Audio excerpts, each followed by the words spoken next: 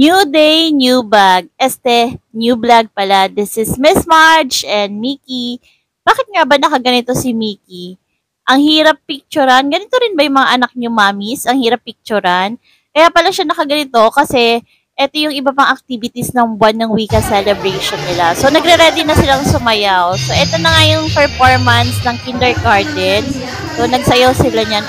Apakalaro ni Mickey, di ba? Ang kolo-kolokoy. O, dyan maayos-ayos pa yung sayaw niya. Tingnan natin maya-maya. Bawat level pala ay may presentation. So, ito yung presentation ng kindergarten. So, enjoy muna natin, panoorin natin.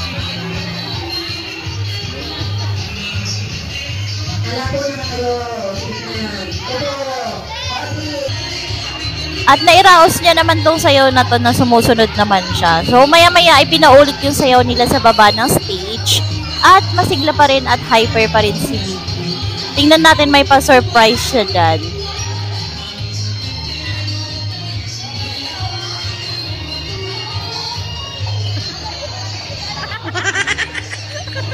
Maya-maya nga sa pagka-energetic niya at kakulokoy niya, pag-ikot niya natumba siya, pero buti hindi siya umiyak, nakipaglaro lang siya sa friend niya. Ayan, nagharutan na sila at nag-drive-drive pa sila. Ginawa ng manibela yung sombrero, imbis na sumayaw. Ganito rin ba yung mga toddler niyo, mga mamis? Ano yung mga experience niyo sa toddler niyo? Comment down below. And comment nyo lang kung saang lugar or saang lugar na nakaabot tong videong to.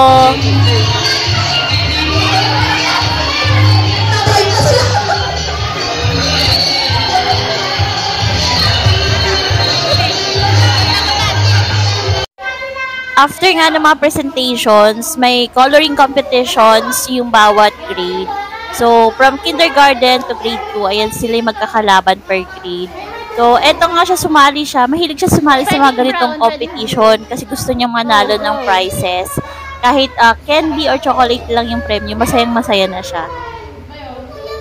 Wag malalampas. Konting patalastas muna tayo, mga sisi ko. Gusto ko lang po i-promote sa inyong aking small business, RMT Travel and Tours. Kung kailangan nyo po na airplane ticket or ferry ticket like to go, or gusto nyo magbakasyon sa Boracay, Palawan, or any domestic and international destination, message lang po kayo sa aming Facebook page, RMT Travel and Tours.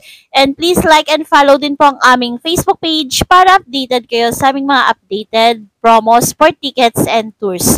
Pabook na po kayo. Thank you in advance. Nakaka-enjoy din talagang samahan yung mga anak natin sa mga school activities nila, lalo na sa ganitong age, nasa toddler period sila.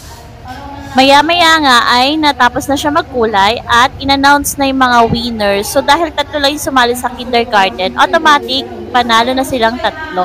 So, eto na yung drawing at yung premyo niya. Tuwang-tuwa siya. Alam nyo ba na kahit makulit at kulokoy si Mickey ay nasa top student siya, kasama siya sa top students ng kindergarten. Nakaka-proud lang na kahit 4 years old pa lang siya ay kaya niya nang makipagsabayan sa mga nasa tamang edad ng kindergarten. I'm so very proud of you, Mickey! Alam nyo ba, mga mamis, na kapag sinusuportahan natin yung mga anak natin at uma-attend tayo sa mga school events nila, ay napaka-importante nito. Kasi kapag nakikita ng mga bata na nandyan ka sa tabi nila, mas nagiging confident sila at mas ganado sa pag-aaral. Nararamdaman din nila ang pagmamahal at suporta mo at nagiging mas motivated sila. Mas nakikita mo ang progress nila at mas nagiging strong ang bonding ninyo. In short, hindi lang para sa school requirements ng pag-attend. Investment ito sa confidence at future ng anak natin. Kinagabihan nga, bago kami matulog, ay nagkarate kid muna si Mickey. Kayo mga mamis, sa mga hyper or mataas na energy ng mga anak nyo, anong mga activities yung pinapagawa nyo sa anak nyo para ma-divert dun yung energy at hyper nila? Comment down below lang. Ako naman, bago matulog, ay nag-skincare muna ako. Gumamit ako nitong aloe vera soothing gel ng Lux Organic. Kasi last time, na-dry at nangitim yung skin ko and tumubo yung mga tagyawat. And then, na-discover ko tong aloe vera soothing gel ni Lux Organic. 199 pesos ko lang siya nabili. Maganda siya kasi brightening, hydrating, and soothing. Pagkalagay nyo ng gabi, kinabukasan makikita nyo na yung epekto. Magdadry yung tagyawat nyo and unti-unting kikinis yung mukha nyo. Basta consistent lang kayo sa paggamit. Kung gusto nyo nito mga mamis, nilagay ko yung link ng shop sa comment section at dito sa video to makikita nyo yung picture ng shop. I-click nyo lang. So, check out na kayo mga mamis kung gusto nyo rin gumamit itong aloe vera soothing gel. Thank you for watching. See you next time. Bye-bye.